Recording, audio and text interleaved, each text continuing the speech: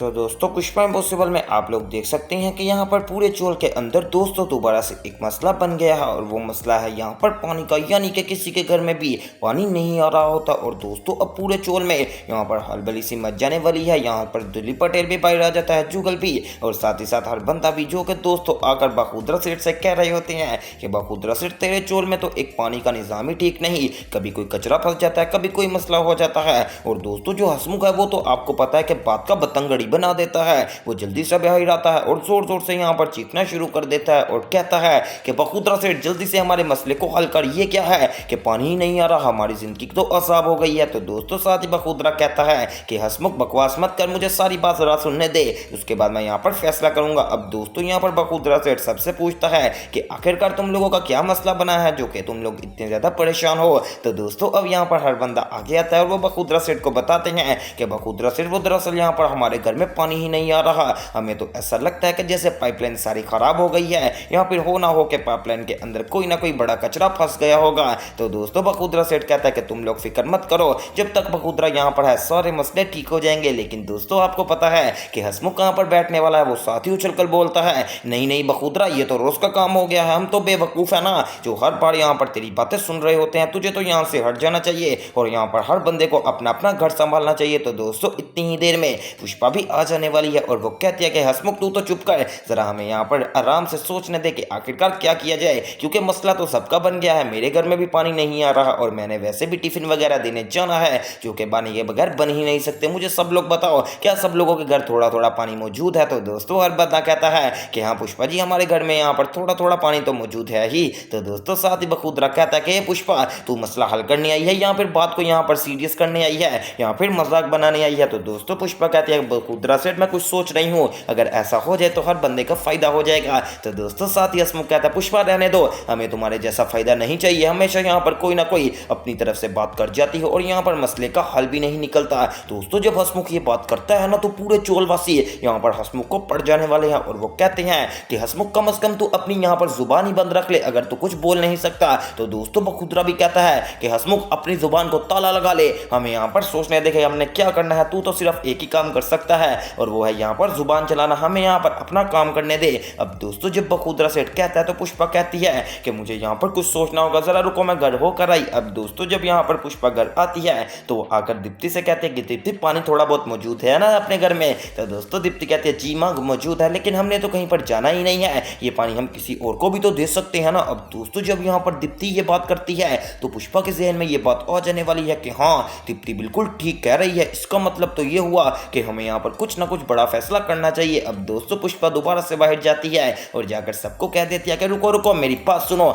मैं यहाँ पर मसले का हल बहुत ही बढ़िया लेकर आ गई हूँ, जल्दी से अश्विन और यहाँ पर जो तुम प्रार्थना है तुम लोग अंदर जाओ और जाकर मुझे एक टेबल ला कर दो और उसमें यहाँ पर एक पेंसिल और एक कॉपी भी ला कर देना ताकि मैं सबको समझा सकूँ। अब दोस्तों जब पुष्पा ये बात करती है तो हसमुख कहता है वैसे पुष्पा जी बहुत ही अच्छा आइडिया ढूंढा है टाइम पास का, क्योंकि तब तक यहाँ पर पानी का टैंकर आ जाएगा और फिर तो हमारे मसले भी हल हो जाएंगे, उतनी देर हमने टाइम कैसे गुजारना है, ये आपने बहुत ही बड़ा आइडिया बनाया है। तो दोस्तों पुष्पा गुस्से में आ जाती है और कहती है कि हसमुख तू जुबान बंद रख, मुझे अपना काम करने दे कि मैं यहाँ पर क्या कर सकती हूँ। अब दोस्तों पुष्पा यहाँ पर सबको समझाती है कि ये देखो सबके घरों में थोड़ा थोड़ा पानी तो मौजूद होगा ना, हम यहाँ पर सबके घरों से पानी कलेक्ट कर लेते हैं और जिस बंदे ने यहाँ पर काम पर जाना है और जितना उसको पानी चाहिए होगा हम उसको थोड़ा थोड़ा पानी मुहैया करना शुरू कर देंगे। इस तरह हमारे पास एक बड़ा बैंक बन जाएगा और यहाँ पर सबको पानी भी मुहैया हो जाएगा और जिसने कहीं नहीं जाना वो पानी यूज ना करेगा और इस तरह यहाँ पर जो पानी बच जाएगा वह सब घरों में थोड़ा थोड़ा दे दिया जाएगा। दोस्तों पुष्पा की ये बात सुनकर हर बंदा काफी ज्यादा खुश हो जाता है और साथ ही साथ यहाँ पर वो कहते हैं कि वैसे पुष्पा जी क्या आपने दिमाग लड़ाया है, हमने तो ये सोचा ही नहीं था।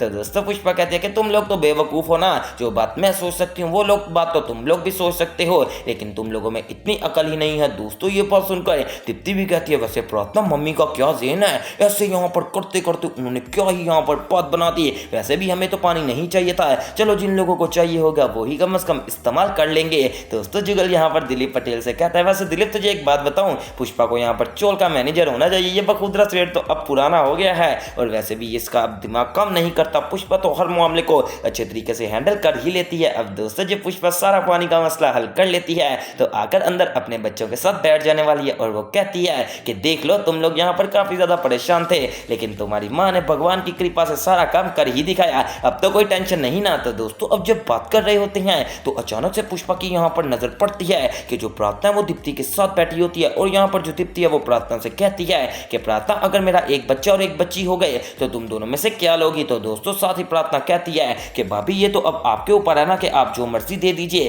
क्योंकि ये सारा फैसला भी तो आपका ही है ना। अब दोस्तों यहाँ पर अश्विन भी सारी बात सुन रहा होता है और प्रार्थना की वैसे ये बात मुझे काफी ज्यादा बढ़िया लगी कि उसने खुद ही यहाँ पर दीप्ति को कह दिया कि भाभी जो आप करोगी मैं उस बात के ऊपर राजी हो जाऊंगी। वैसे दोस्तों ऐसे लोग भी इस दुनिया में बहुत ही ज्यादा कम है, क्योंकि आजकल के जो लोग हैं वो तो अपनी मनमानी चलाना चाहते हैं। लेकिन प्रार्थना कितनी अच्छी है, क्योंकि यहाँ पर एक जो यहाँ पर दीप्ति है वो तो भला ही कर रही है ना प्रार्थना के साथ, अपनी छोटी बहन समझकर। और प्रार्थना भी अब छोटी बहन बन के दिखा रही है। वो कहती है कि भाभी जो आपको अच्छा लगे वैसा कर लो, क्योंकि आपके फैसले के ऊपर मैं यहाँ पर राजी हो जाऊंगी। वेल दोस्तों अब यहाँ पर जो दीप्ति है उसका तो काम काफी ज्यादा खराब होता जा रहा है, क्योंकि यहाँ पर दीप्ति ने प्रार्थना को बच्चा देने का वादा कर लिया है। एक तरफ तो वादा कर लिया है ना, दूसरी तरफ दोस्तों मसला दरअसल ये बन गया है कि यहाँ पर जो दीप्ति है जब वो प्रार्थना यहाँ यानी कि कदामरी से मिली थी तो दोस्तों कदामरी ने यहाँ पर बातों बातों में उससे सारी बातें पूछ ली हैं कि तुम्हारी डिलीवरी कब है और किस हॉस्पिटल में तुमने डिलीवरी करवानी है। ऊपर से वैसी ही सीधी हमारी दीप्ति जो कि यहाँ पर बिल्कुल इच्ची बिच्ची बता देती है और कहती है कि कदामरी जी मेरी तो डिलीवरी इस टाइम है, आपकी कब है। तो दोस्तों कदामरी भी बहुत तेज है, तो वो एक आधा दिन पीछे करके कहती है मेरी 23 तारीख को है डिलीवरी,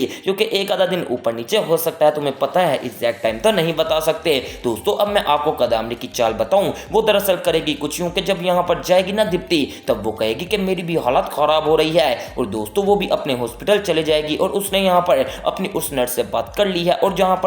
पर दीप्ति ने एडमिट होना है और उसकी डिलीवरी होनी है, उस नर्स का वहाँ पर जानने वाले बहुत सारे लोग हैं। अब नर्स उनको पैसे दे देगी और यहाँ पर दीप्ति का एक बच्चा लेकर आ जाएगी दूसरे हॉस्पिटल के अंदर, और दोस्तों लाकर वो यहाँ पर वो बच्चा कदामरी को दे देगी और सबको बताएगी कि ये बच्चा किसी और का नहीं बल्कि कदामरी का है। वेल दोस्तों अब ये देखना काफी ज्यादा मजेदार रहेगा कि आखिरकार यहाँ पर जो दीप्ति है उसको क्या इल्जाम लगाएंगे डॉक्टर कि आपका बच्चा ज़ाया हो गया है या फिर मर गया है। और दोस्तों वैसे मुझे ये सोचकर काफी ज्यादा यहाँ पर शर्म आ रही है कि दीप्ति ने तो इतने वादे कर लिए थे प्रार्थना से, अब दीप्ति क्या करेगी मैं आपको पहले ही अपडेट बता दूं। दीप्ति ऐसा करेगी कि अपना एक बच्चा जो है वो पहले खुद प्रार्थना को दे देगी और कहेगी कि ये लो प्रार्थना ये मेरा बच्चा नहीं है बल्कि ये भी तुम्हारा ही बच्चा है। लो दोस्तों अगर ऐसा ना होगा तो आप मुझे जो मर्जी कह दीजिएगा, क्योंकि मुझे पक्की अपडेट यहाँ पर जानकारी निकल कर आई है कि जो प्रार्थना है वो यहाँ पर दीप्ति का बच्चा ले लेगी और दीप्ति के पास अब कोई भी बच्चा नहीं होने वाला। वो बात की बात है कि आखिरकार किस तरह कदामनी का सच सबके सामने आएगा, फिर कदामनी जलील हो जाएगी। वेल दोस्तों आपको क्या लगता है कि आने वाले एपिसोड में क्या होगा, ये सब देखना मिस मत कीजिएगा